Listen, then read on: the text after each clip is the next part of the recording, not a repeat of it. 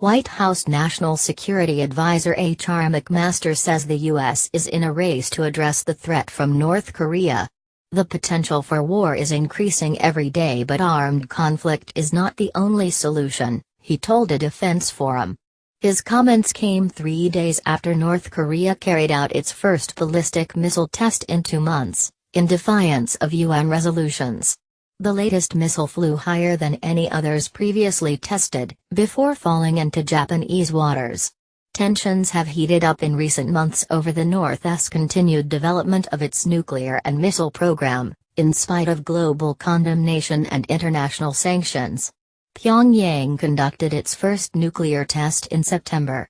The Pentagon was also reported to be scouting sites on the west coast of America to deploy extra defenses, amid claims from North Korea that its latest missile could reach the whole of continental United States.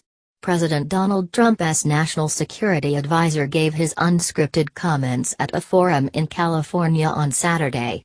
There are ways to address this problem short of armed conflict, but it is a race because he's getting closer and closer, and there's not much time left, Mr. McMaster said, in reference to North Korean leader Kim Jong-un. He singled out China, urging the Beijing government to enforce a total oil embargo on the North to make it difficult to fuel missile launches. We're asking China to act in China's interest, as they should, and we believe increasingly that it's in China's urgent interest to do more. You can't shoot a missile without fuel, he added.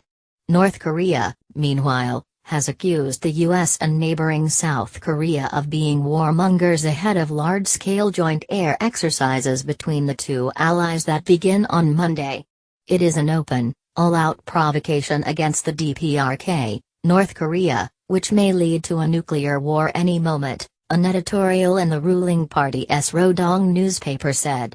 North Korea said the Hwasong-15 missile it fired on Thursday, which reached an altitude of 4,475 kilometers (2,780 miles) and flew 950 kilometers in 53 minutes, could have been tipped with a super-large heavy warhead capable of striking the U.S. mainland.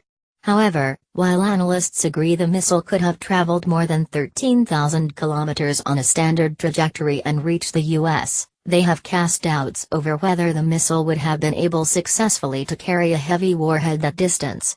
They do not believe North Korea has mastered the technology to prevent the warhead from breaking up as it re-enters the Earth's atmosphere. Reuters news agency reported on Sunday that research was underway to locate new sites on the U.S. West Coast for the possible installation of terminal high-altitude area defense that anti-ballistic missiles, similar to those already deployed in South Korea to protect against potential attacks from the north. It quoted 2 congressmen, who said the Missile Defense Agency (MDA) was aiming to install extra defenses, although no details on locations or timing were given. However, the MDA, which is part of the U.S. Defense Department, says it has not yet received instructions to deploy THAAD systems.